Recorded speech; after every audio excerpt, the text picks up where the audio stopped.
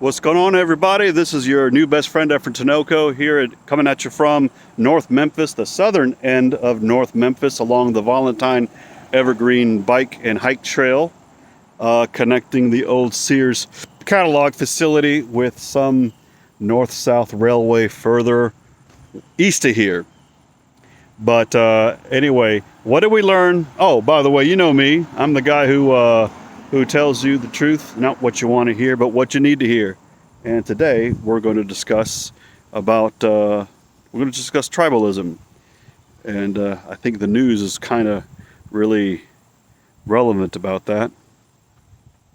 What did we learn last week? Last week we learned that the passage of the Bible that says, where Jesus said it's easier for the camel to pass through the eye of a needle than for a rich man to be saved or to come to the kingdom of heaven. Yeah, it's hard. It's hard because people, instead of doing what's right for others, for example, especially to the tune of their capability, often engage in antisocial behavior in order to preserve or to grow their enormous wealth. And we see that. And full disclosure, I am employed by one of the richest men in America, certainly one of the few richest men in Tennessee. But I will, fully differentiate his disposition from the richest man in this country, Jeff Bezos, because he went through great pains and expense in order to protect his workers from COVID. I saw pallets and pallets of gloves one day full of I counted 2 million gloves for one of our large facilities here for the tens of thousands employed in this facility. And that's definitely different from what Bezos did to protect his people in the warehouse and cause a number of instances of uproars in his facility. But anyway, so we learned this last week. And I would posit one of the tools of these folks, or one of the dynamics that these folks benefit from, is tribalism, to set us against one another, even though we're citizens and residents of the same United States. Okay, tribalism. So, what do I mean by tribalism? Well, yeah, exactly that. We would have a common destiny, but some opportunist says, okay, they are out to get you, or they don't like you for this reason, right? And therefore, follow my lead, buy my advertising, subscribe to my newsletter, or listen to my radio station, and therefore we will have, I will tell you what's going on. And even though these folks don't ever break bread with the other people against which they're speaking, they don't understand them. They just wish to demonize them in front of a target audience. So it's interesting that lately we have had some of these champions of tribalism get into some very, very serious trouble legally to varying degrees. Lately, one Wayne LaPierre, the executive vice president of the NRA, basically using the funds donated by the individual members to fund his lavish lifestyle for his and his wife's gratification, which is obviously not to an extent beyond what is allowed by nonprofit corporate law in the United States. So he's basically in violation of nonprofit law. Another Steve Bannon, who was caught on the $25 million yacht of a Chinese fugitive last week or so, and arrested for fraud, for seeking donations, private donations for a publicly funded and built wall on the border of Mexico. Totally legal in 2 counts. So he's probably going to have to sing against President Trump. And of course, President Trump, the uh, Southern District, the court in the Southern District of New York is opening up his taxes for inspection in legal proceedings. Uh-oh. You can't say he hasn't engaged in tribalism. Yes, I mean, come on. The champion, engaging in tribal, basically dividing his people against themselves. He's going to have some problems because he's counting on all those tough guys on motorbikes helping him lash against the people when they vote against him. But they're all probably going to end up infected with COVID after coming back from that big old rally in South Dakota. I mean, but don't get me wrong, this isn't anything new at all. Tribalism is basically, unfortunately, we see this today because this has been woven into the fabric and distorted our social fabric since day negative 100 of this republic, or before day one. I'm saying we have not only do we account for our peculiar brand of historical slavery to be counted among our original sins, actually owning title to human beings, not just have them as just, the lowest on the social order, but also, let's say, the extermination and the deportation of the Native Americans from their ancestral lands to be availed for the cultivation of cotton, and also the betrayal of our Spanish and allies, who basically saved the United States during the Revolutionary War to make totally illegitimate claims. Oops, sorry, into their territory. So slavery, genocide, and illegitimate territorial expansion are basically the original sins of this country. If you look critically at the history of this country, and these were all enabled by tribalism, because we had to manufacture consent against these folk by, let's say, the people in the mainstream of the United States.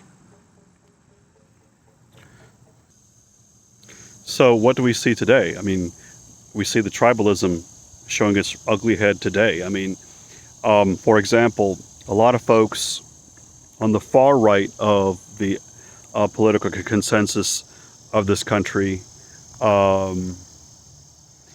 consider freedom, as is revealed by the pandemic, the freedom to not consider others in their actions. So, how easy is it to wear a mask out in public? Okay, I've got my little mask over here, right here, when I walk back along the trail back to the house. But how easy is it to wear one? It's so easy. People just make so much stuff about it. But no, their active rebellion is to not wear a mask. Unfortunately, also to party at the Lake of the Ozarks, or to party on an off-campus party in the first week back of school, and you got to shut down. Also, the consensus that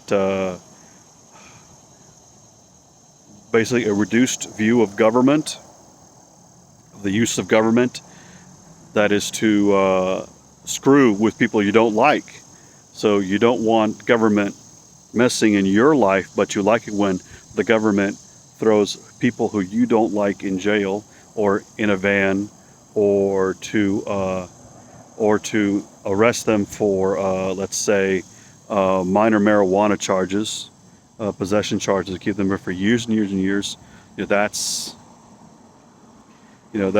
enabled by tribalism, because those laws affect others in a way that ingratiates me, who is tribal in my thinking, all the way down to the denial of human civic and constitutional rights to people seeking asylum in the country, or to people protesting in the streets, or to conflate them with conflate agitators with people who conflate people who are marching with people who discredit them by infiltrating and destroying property, looters, for example. Okay, so anyway, even if the proper response is, okay, this whole thing is about life, black lives and others' life, and to value that over property is sick. Is just sick. Okay, and it's like, oh, you lose me when they start looting. Mm. Oh boy, oh boy, oh boy, oh boy. Well, yeah, we see it.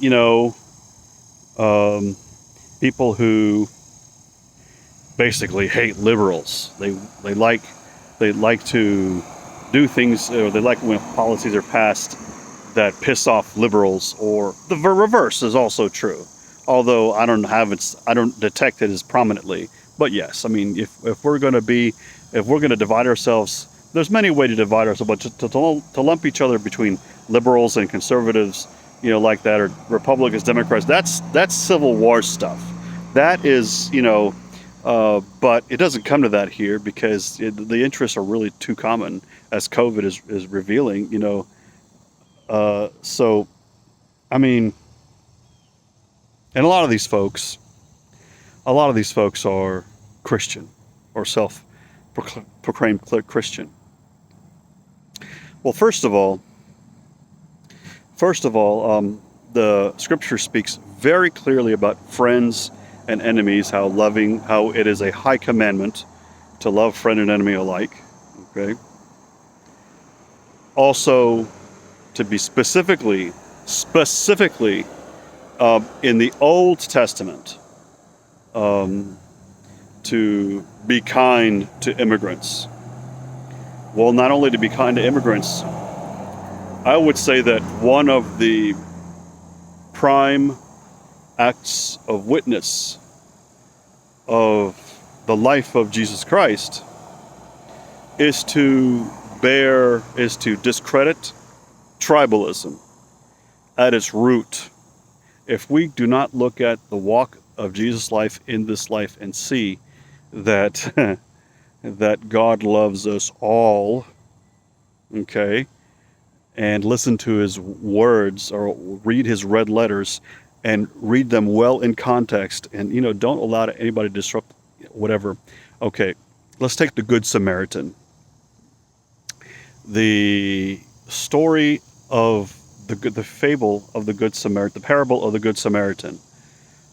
It doesn't mean you just do kind things to other people, okay? Let's look at who the Samaritans were. The Samaritans were the rivals of the Jews.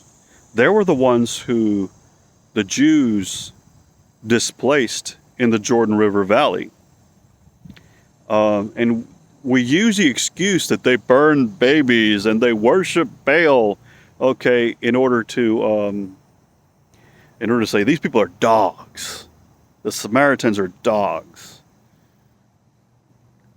Well, if one of these Samaritans, conducts such an act of decency to help the guy who was beat up by bandits and left for dead, if they say who's great in the eyes of God, the Jew who walks right by him, or the Samaritan who goes by and helps him. Well, obviously, they conclude the Samaritan who helps them out.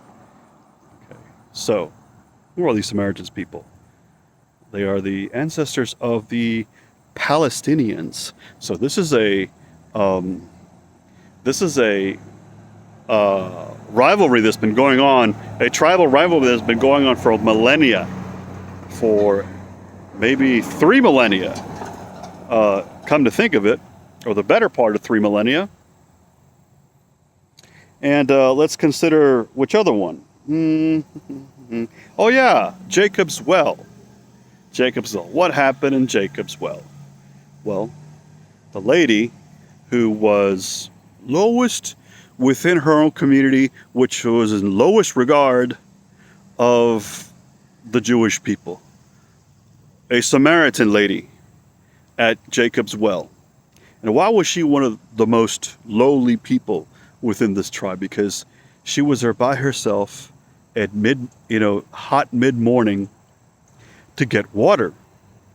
Well, I think she was messing around with some of the husbands of the other ladies, and they didn't let her go get water with them in the morning when it was cooler, when it wasn't a big bother to extract and return water during the high heat of the day. Well, so she was there during the high heat of the day because she couldn't accompany the other women. Okay, but Jesus walks up on her, and I don't forget what it is they get to talking about, but he reveals that he knew exactly why she was in that status and what was in her heart. And she goes, "Oh my gosh, you're that guy, huh? You're that guy who was the Son of Man that the Jews keep talking about. Yeah, that's you. Okay, this got to be you. You knew everything about me. Yeah, that's me. Haha, you got me." So she goes to her leaders, this lowly person who is of least status within her tribe, and tells her, "Who did I see? Who did you see? I met that guy." "No, you didn't meet that guy. Come on." "Yeah, he knew this and this and this." "Oh yeah, that's the guy.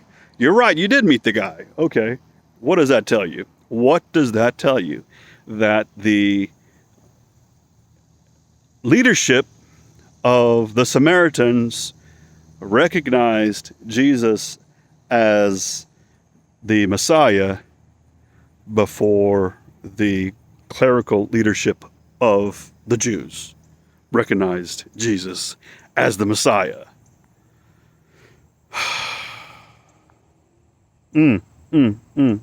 Protect, God protect those Samaritans, Palestinians, or whatever. But we are taught to hate them. We are taught to turn our nose upon them. We are taught that we are to help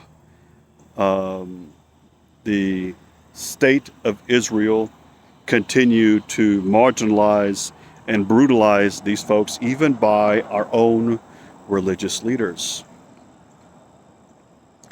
But not by Pope Francis. Pope Francis gets into a lot of trouble with people like the U.S. Conference of Catholic Bishops and the Knights of Columbus. Okay, Pope Francis has a Muslim prayer service in the Vatican. Pope Francis washes the feet of Muslims.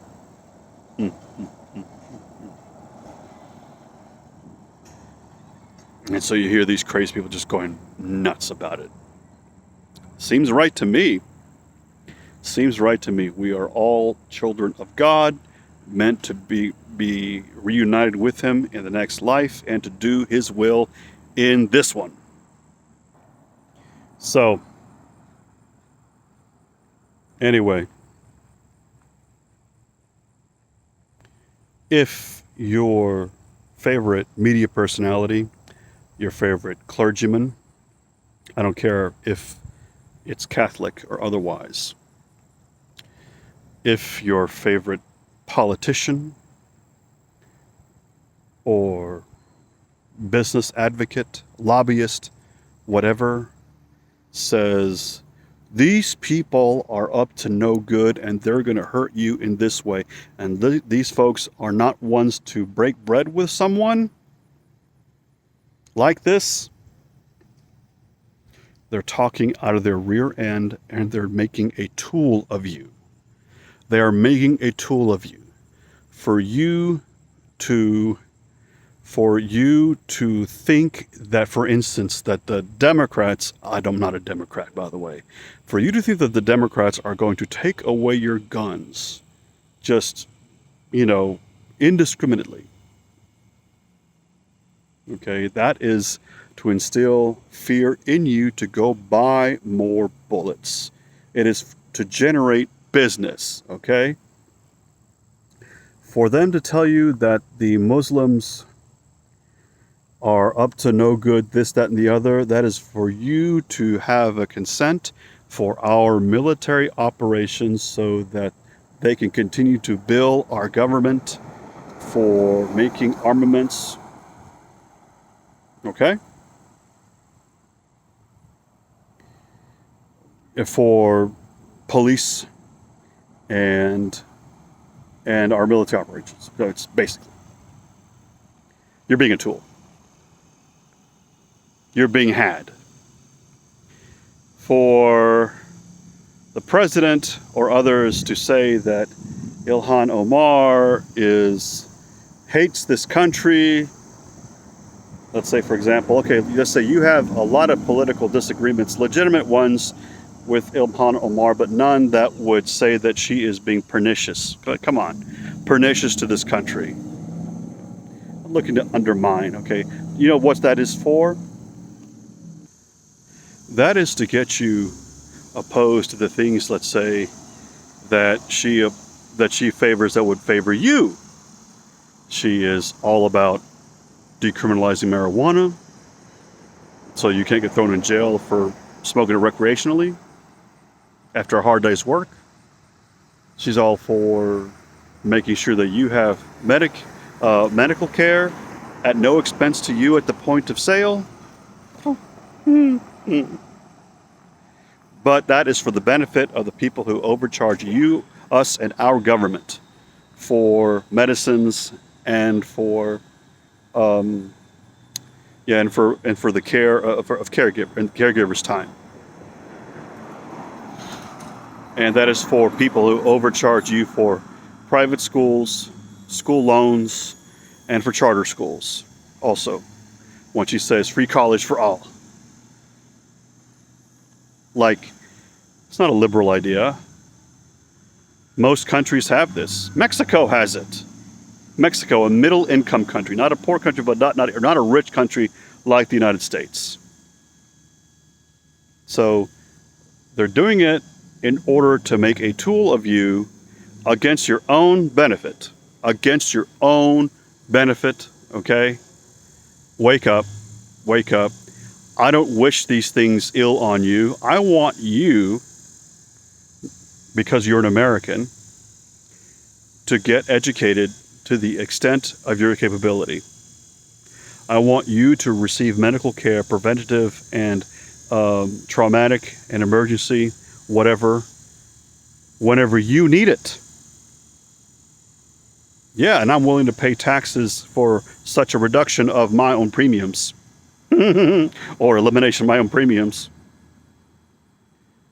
And I am willing for you to smoke a joint after a long week's work or hard day's work to sit down and relax, rather than have a beer or do some sort of harder drug or something, or beat your spouse.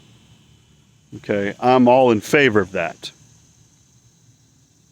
But others are not, and they're benefiting from the distortions that they impose.